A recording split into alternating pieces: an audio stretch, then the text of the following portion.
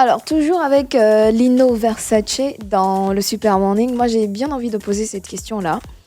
Est-ce que tu trouves que rester seul est la bonne attitude à avoir? Non, mais la solitude, c'est pas bien.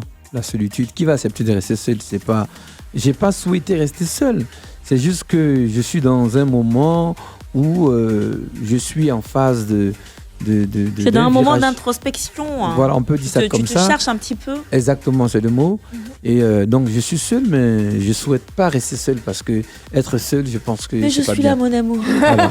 J'avais fait un gros coup de gueule il n'y a pas longtemps par rapport à Mollard, je crois. Bien sûr. Et son événement, les Awards du coupé décalé. Et tu t'es senti indigné parce que tu penses que tu n'as pas eu la place que tu méritais dans cet événement. Est-ce qu'on peut en savoir davantage?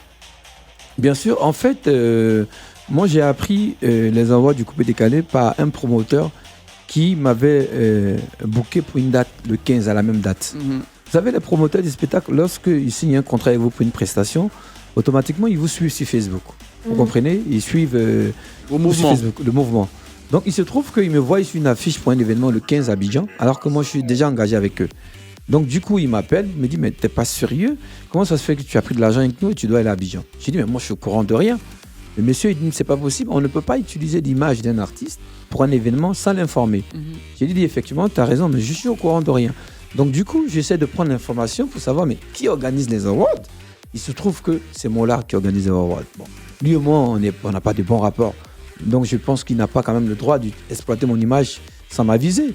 Donc, du coup, j'ai envoyé un post pour faire comprendre aux promoteurs que je suis au courant de rien. Parce que là, je dois protéger mon image, je dois défendre mes intérêts.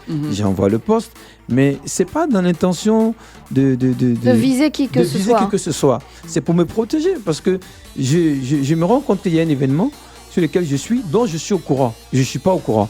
De un, de deux, je ne suis pas intéressé, on ne m'a pas demandé si je suis intéressé ou pas. Donc, du coup, j'ai refusé. Et puis, j'ai pris des renseignements pour voir qui co-organisait l'événement. Il s'est trouvé que c'était un ami à moi. Donc j'ai échangé avec lui. Il m'a dit, ah mais enlève ce poste, c'est pas bien pour l'image du coupé décalé. J'ai dit non. Parce que vous êtes en train de protéger vos intérêts, vous êtes en train de faire les avoirs du coupé décalé. Derrière ça, il y a des sponsors, il y a du business. Mais moi qui me suis engagé, qui ai pris de l'argent avec quelqu'un, qu'est-ce que moi je fais vis-à-vis de cette situation? Parce que vous ne m'avez pas sollicité.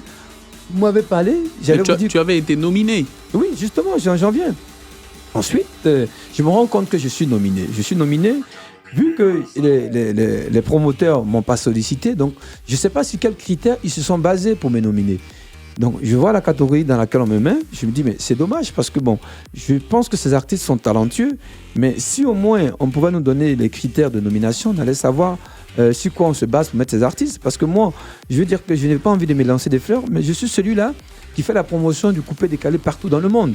Moi, je suis parti au Kazakhstan, je suis parti en Thaïlande, j'ai fait plusieurs fois des tournées aux États-Unis, au Canada, en France, on n'en parle pas, partout en Afrique, j'y ai été. Et j'ai fait sortir des titres peut-être qui n'ont pas connu peut-être des succès interplanétaires, mais je pense que c'est des titres qui sont rentrés sur des médias super importants. Vous comprenez un peu? J'ai eu la chance des classements qui ont tourné pendant très longtemps sur les radios, c'était des Dance Floor. J'ai fait Canal+, le grand journal avec Michel Denisot, je suis passé sur TF1, je suis passé sur M6, je suis passé sur France 2. Mais tu n'as même pas à le prouver, tu es un pilier de ce... Je veux dire qu'à un moment donné dans la vie, même si tu n'aimes pas quelqu'un, il faut être conscient quand même de ce qu'il a fait, parce que c'est quelque chose qui est visible. Et quand tu me mets dans une catégorie où tu parles d'artistes diaspora, des artistes, excusez-moi, mais qui n'ont pas de support. Parce qu'un artiste, c'est quelqu'un qui sort un album ou un single qui a un support. Et je veux dire qui n'ont pas de support, qui ne sont pas référencés FNAC. Donc, je ne sais pas, on parle de professionnalisme d'un métier. Et donc, il faut que les critères soient basés sur quelque chose de bien précis. Est-ce que c'est artiste Facebook? Parce que bon, il a fait un post sur Facebook, il a envoyé une chanson sur YouTube, il devient automatiquement artiste. Je ne crache pas sur ces gens qui font ça parce qu'aujourd'hui, tout le monde n'a pas la chance d'avoir ces visibilités comme moi. Mais je veux dire qu'il faut quand même qu'on se base sur des critères bien précis pour aider ces gens-là à aller travailler et avoir la chance de rencontrer les professionnels du métier. C'est clair. Voilà. Mais qu'est-ce que tu fais dans ton moment de loisirs, toi, finalement? Vu que tu es surbooké, tu voyages tout le temps pour tes spectacles et puis tu gères ton entreprise, comment est-ce que tu t'amuses? Qu'est-ce que tu dis que tu fais plus de bouquins en boîte de nuit. Comment tu t'amuses désormais? En fait, mes plans, c'est que j'invite des amis à la maison, on mange, et puis j'ai mon petit piano à la maison et je joue un peu. C'est un peu ça que je fais. Voilà. Est-ce que tu as pensé à professionnaliser ou plutôt à formaliser? Je sais que tu es venu à la musique sur sur un mouvement, mais totalement par hasard comme ça, parce qu'il y avait cette impulsion, ce mouvement-là qui était créé. Mais après, était venu à l'idée de formaliser, de rendre ça beaucoup plus professionnel et tout. Tu es entré dans une école de musique, tu as appris à jouer au piano. Exactement, j'ai fait des cours de chant, des cours de piano. Là, je commence ma formation en février pour être programmateur de musique, parce que la SACEM met en place un budget pour les artistes qui sont membres de la SACEM pour pouvoir bénéficier d'un certain nombre de formations. Et vous savez, ce sont les informations que certains artistes qui sont membres de la SACEM, qui sont ici en Côte d'Ivoire, ne savent pas. Moi, j'aime beaucoup me documenter. Quand je fais quelque chose, j'aime comprendre.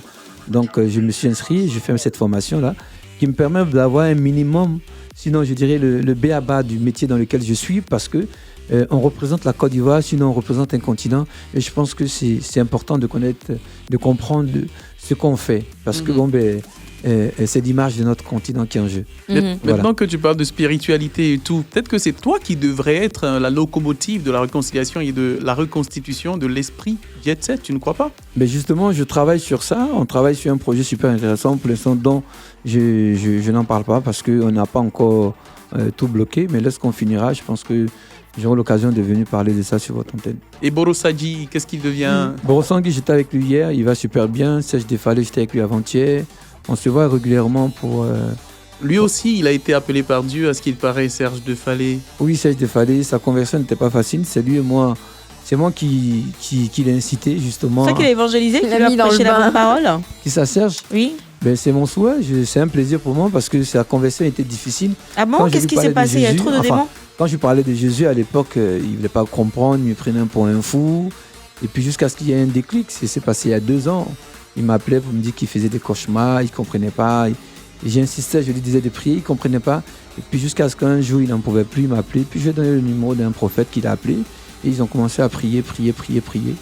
Et puis au bout d'un certain moment, il s'est rendu compte que quelque chose s'est passé dans sa vie. Mais vous avez tous des histoires un petit peu similaires, quoi. Est-ce que c'est vrai ce qu'on raconte, que vous êtes allés faire des amours? Enfin, moi personnellement, c'est quelque chose que je connais pas. Hein. C'est quelque chose que je connais pas. J'entends beaucoup. Oui, les gens racontent, c'est des légendes urbaines qu'on raconte sur vous. Est-ce que c'est vrai? Sur la Jet Set. Hein. Enfin, moi personnellement, je Est-ce que c'était des vrais billets de banque que vous distribuez à l'époque? Est-ce que c'était pas des billets Non, c'était des vrais billets de amours et tout. Enfin, moi, je parle de mon cas parce que je connais pas le cas des autres. Vous fréquentiez, donc tu peux savoir quelque chose. C'est quand même bizarre. On se fréquente, mais vous savez, on ne peut pas finir de connaître un être humain. Tu vois, même la femme avec laquelle tu dors à la maison qui te fait à manger. Demain, ça t'arrive de la tromper. Elle aussi, elle arrive de te tromper. Donc, on finit jamais de connaître un être humain. Donc, demain, tu vas faire une chanson pour Dieu aussi comme Serge Defalé? J'ai commencé. Je suis en train de travailler sur un album religieux. J'ai déjà 5 titres. Et j'espère terminer d'ici la fin de l'année et puis sortir ça l'année prochaine. Je me plains, toi, là. Sinon, est-ce que tu as des enfants? J'ai 3 enfants. 3 enfants, Mon premier fils a 16 ans, oui. T'es pas encore marié? Pas encore marié, justement. Je suis à la recherche et puis bon, je pense que je l'ai trouvé. Ah, glisse. Le gars, il veut pécho dans le Super Morning. Je suis l'organisatrice du mariage. C'est un beau gosse. Il veut pécho comme ça. Il est grand, il est beau, il est élégant. Et en plus, il est croyant. Ouais. Il remplit les critères. Voilà. À tout. Est-ce qu'il a une berline? Ouais, attends. On continue tout ça tout à l'heure. Il va kilo.